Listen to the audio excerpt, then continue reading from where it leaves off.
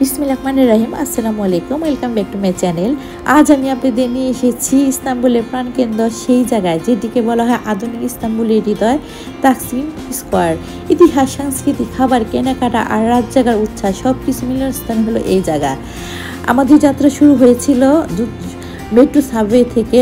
ইস্তাম্বুলের subway system অত্যাধুনিক, দ্রুত এবং বাজেট ফ্রেন্ডলি। এখান থেকে আপনি খুব সহজে পৌঁছে যাবেন তাকসিম স্কোয়ার বা নিউ ইস্তাম্বুলে। পর্যটকদের জন্য এটি সবচেয়ে সুবিধাজনক পরিবহন। তো বলতে বলতে আমরা নিউ ইস্তাম্বুলে চলে এসেছি। আমাদের সাথে আরও অনেক পর্যটক এসেছে। আমরা বেরিয়ে এলাম একেবারে রঙিন শপিং লেনে, যেখানে আছে তুরস্কের বিখ্যাত কসমেটিক ব্র্যান্ড ফ্লোমার এবং গোল্ডেন রুজ এবং আরও অনেক ব্র্যান্ড ছিল। ফ্লোমার 1970 সালে ইটালি মিলানে শুরু হলেও পরবর্তীতে তুরস্কে এসে এর যাত্রা নতুন মাত্রা পায়। তাদের নেল পালিশ ও লিপস্টিক সারা বিশ্বে জনপ্রিয়। তো এখান থেকেও আমি কিছু কসমেটিক পারচেস করেছিলাম। এরপর আমি চলে এসেছিলাম গোল্ডেন রুজে। গোল্ডেন রুজ হলো তুরস্কের নিজস্ব ব্র্যান্ড, যার কসমেটিক্স মানের, গুণাগুণ এবং দামও সাশ্রয়ী ছিল। তাই পর্যটকদের জন্য এগুলো একেবারে মিস না করার মতো একটা শপ। তো এখান থেকে আমি বেশ কিছু কসমেটিক পারচেস করেছিলাম। আমাদের দেশে গোল্ডেন রোজ এবং ফ্লোমারি কসমেটিক্স আসে, কিন্তু সবগুলো ওদের দেশে যে প্রোডাক্টগুলো পাওয়া যায় আমাদের দেশে সবগুলো আসে না। শপিং শেষে আমাদের নজর গেল বিখ্যাত ফাস্টফুডের দিকে।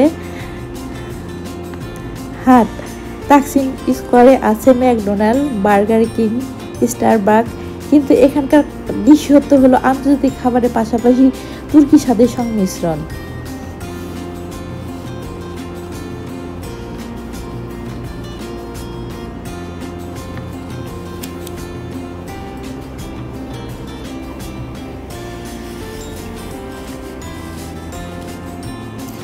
এরপর এটা ছিল একটা জুয়েলারি দোকান।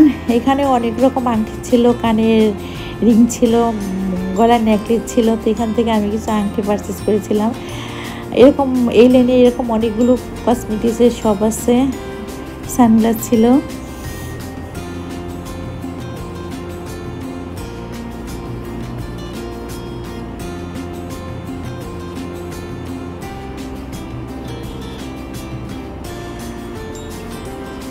কিছু দূর হাঁটতে আমরা চলে এলাম মিষ্টি রাজ্যে।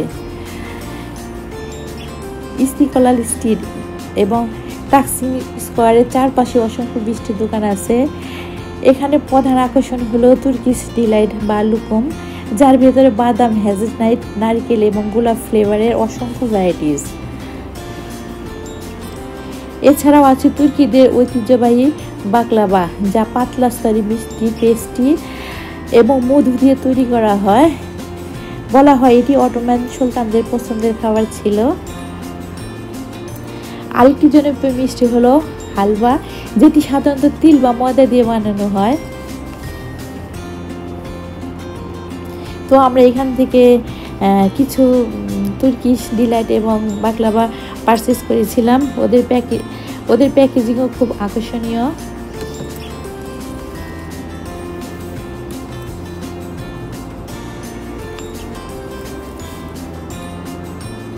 এখানে বিভিন্ন ডিজাইনের বিভিন্ন রকমের বাকলাভা এবং তুর্কিশ ডিলাইট ছিল।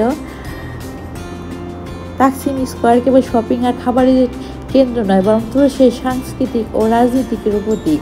এখানে অনুষ্ঠিত হয়েছে বড় বড় আন্দোলন, রাজনীতিক সমাবেশ এবং উৎসব।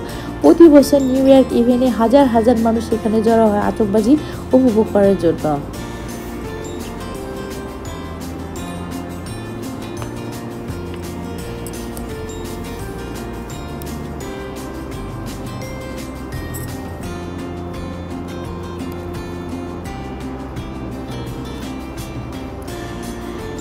এটা ছিল তুর্কির সেই বিখ্যাত আইসক্রিম শপ। এখানে আরও এরকম অনেকগুলো আইসক্রিমের শপ আছে।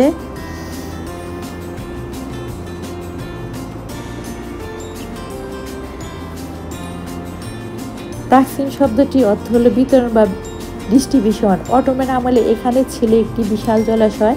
এখান থেকে শহরে বিভিন্ন জায়গায় পানি সরবরাহ করা হতো। আজকের দিনে সে জলাশয় আর নেই, কিন্তু তাকসিম স্কোয়ার পরিণত হয়েছে এক প্রাণবন্ত মিলন মেলায়। যেখানে একসাথে ইতিহাস, আধুনিকতা এবং সংস্কৃতির ছোঁয়া পাওয়া যায়।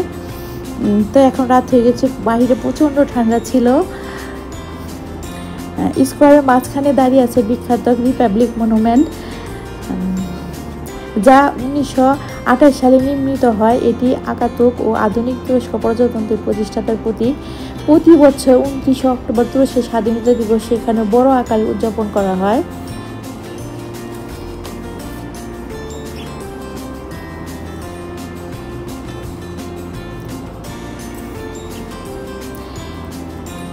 আমাদের শেষের দিকে আমরা ঢুকলাম তুর্কি খাবার রেস্টুরেন্টে, কারণ রাত হয়ে গেছে। আমাদের রাতের খাবারটা এখান থেকে আমরা পারচেস করেছিলাম।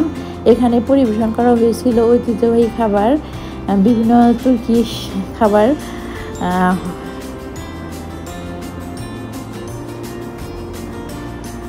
এখানে বিভিন্ন রকমের তুর্কি খাবার ছিল, সে সবগুলো নাম আমি আসলে বলতে পারলাম না।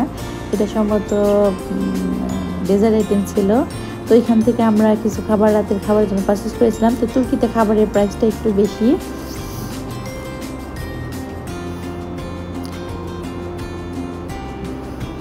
তো ভালো থাকবেন, দেখা হবে নেক্সট কোনো ভিডিওতে। আল্লাহ হাফেজ।